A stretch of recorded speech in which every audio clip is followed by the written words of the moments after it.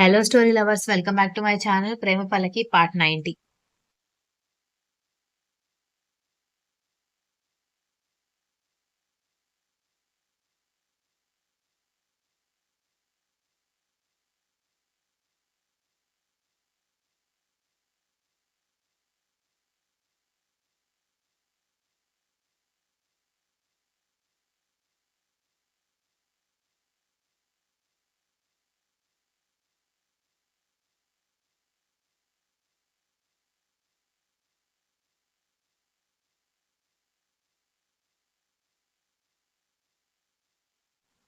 ఉదయాన్నే అందరూ రెడీ అయ్యి ముందు రోజే ఒక శ్రీమంతానికి వెళ్ళాలని మైథిలి చెబితే, లేడీస్ ఫంక్షన్‌కి మేమెందుకు అని వంశీ వాళ్ళు గోల చేసినా కూడా రావాల్సిందే అని పట్టుబట్టింది మైథిలి.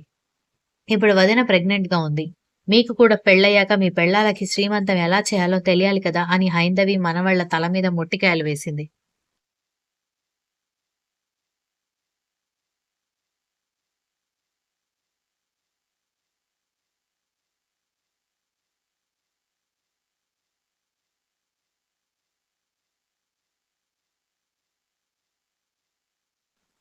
ఇప్పుడేంటి మేం కూడా ఆ శ్రీమంతం ఫంక్షన్‌కొచ్చి, నీతో పాటు గాజులు తొడిగి, గంధం పూసి, అక్షింతలు వేయాలి. అంతే కదా అని వంశీ వెటకారంగా అనేసరికి, హైందవి, మైథిలి, మహి సీరియస్‌గా చూడ్డంతో దెబ్బకి సైలెంట్ అయిపోతే, సత్య పుసుక్కున నవ్వేసరికి ఆమె వైపు సీరియస్ లుక్ ఇచ్చాడు.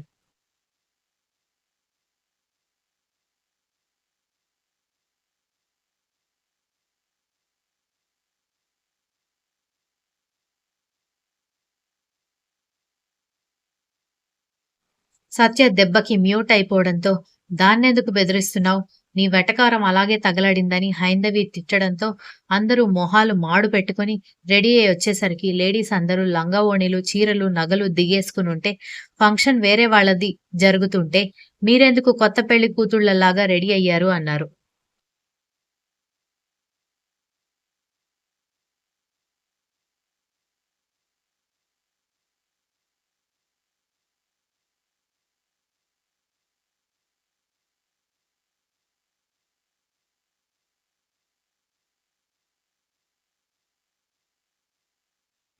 మళ్ళీ హైందవి సీరియస్‌గా చూడబోతే, ఓకే. ఓకే. చూపులకి భస్మం చేసే పవరుంటే భస్మం చేసి చంపేయాలని అనుకుంటున్నావు కదా నానమ్మ! అని హైందవిని ఐస్ చేయడం మొదలుపెట్టాడు వంశీ.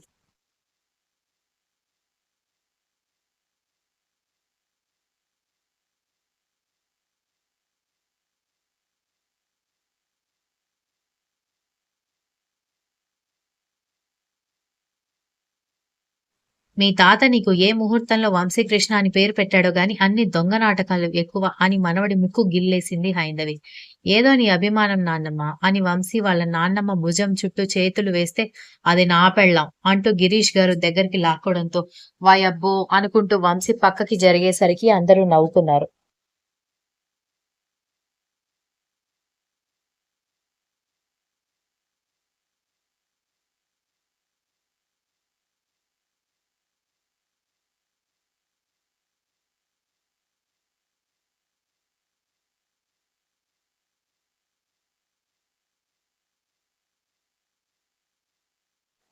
ఈలోపు పెళ్లి పూర్తయిపోవడంతో రేవతి, ధ్రువ వాళ్ళు కూడా రావడంతో అందరూ కలిసి శ్రీమంతం ఫంక్షన్ కి బయలుదేరారు. సిటీలోనే కావడంతో గంటలో వెళ్ళిపోతే బయట హోల్డింగ్స్ లో ఇద్దరికి సీమంతం జరుగుతున్నట్టుగా అర్థమయ్యేసరికి ఇద్దరికీ కలిపి ఒకే దగ్గర శ్రీమంతం చేస్తున్నారా అని అడిగింది దితి.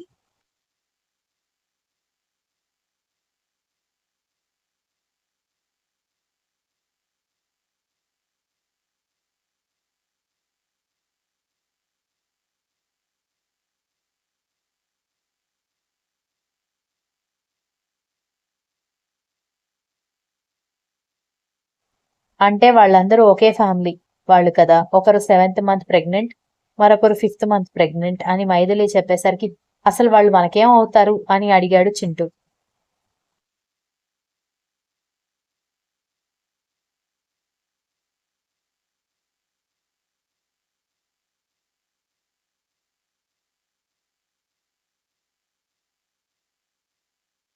ఇప్పుడు శ్రీమంతం జరుపుకోబోతున్న అమ్మాయి వాళ్ళ అత్తగారు నాకు చిన్ననాటి స్నేహితురాలు.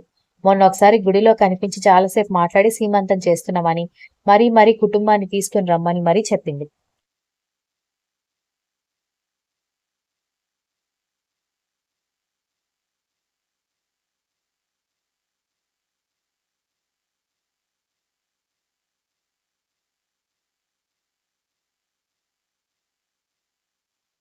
అందుకే పట్టుబట్టి మరి నేను మిమ్మల్ని అందరినీ తీసుకొచ్చానని మైథిలి అనడంతో, లక్ష్మి కదా మీ ఫ్రెండ్, తను మాకెందుకు తెలీదు అని వీర్ కూడా నవ్వేసరికి, తను మీకు కూడా తెలుసా డాడీ అన్నాడు వంశీ.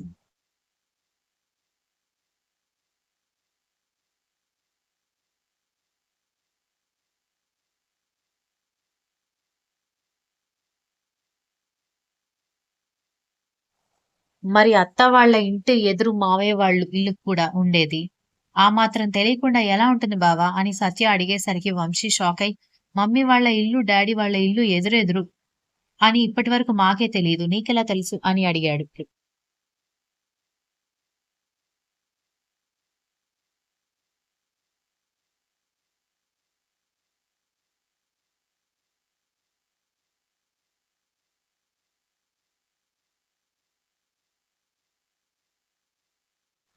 నాకు మాత్రమే కాదు, వదినకు కూడా తెలుసని దితి వైపు చూపించేసరికి అందరి దృష్టి ఆమె వైపు మళ్ళితే, అంటే మమ్మీ డాడీ లవ్ స్టోరీ కోసం డాడీని బలవంతం పెడితే డాడీ వాళ్ళ లవ్ లెటర్స్ చూపించారు.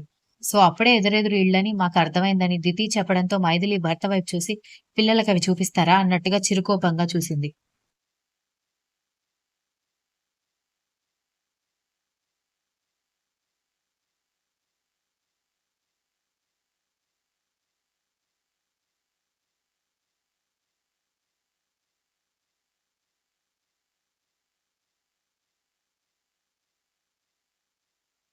వీరు సారీ అన్నట్టుగా చూసేసరికి సరే సరే డిస్కషన్ ఆపి లోపలికి వెళ్దాం పదండి అంటూ లోపలికెళ్ళేసరికి ఎంట్రన్స్ దగ్గర వాళ్ళు పలకరించారు.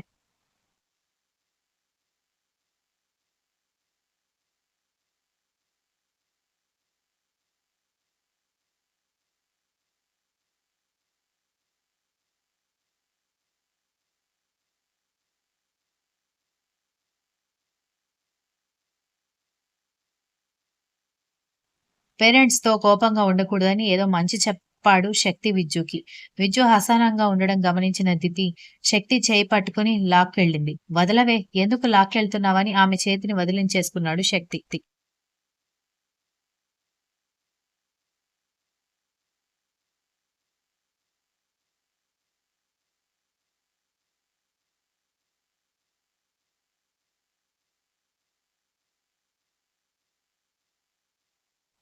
నీ పనేదో నువ్వు చూసుకోకుండా అవతల వాళ్ళ గురించి నీకెందుకు బావా? నీకెలా ఇంకొకరు నీతులు చెప్తే నచ్చదో అవతల వాళ్ళు కూడా అలాగే ఆలోచిస్తారు కదా! లక్ష్మి ఆంటీ ఆపకపోయుంటే శ్రీమంతం కాస్త యుద్ధభూమి అయ్యేదని అంది దితి.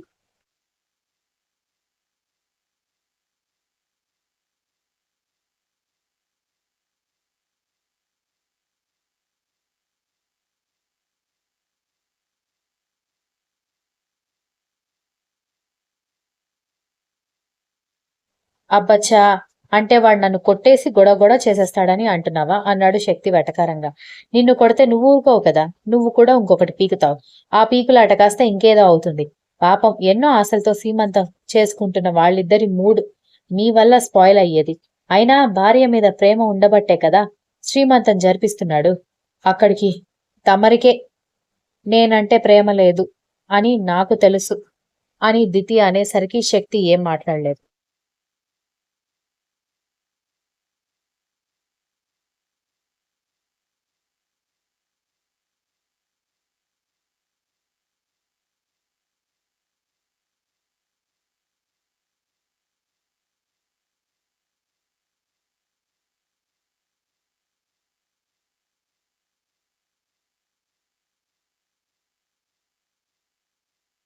నీతులు చెప్పడానికే కాని ఫాలో అవ్వడానికి కాదని బాగా ప్రూఫ్ చేశావు బావా అని విసురుగా వెళ్ళిపోయింది.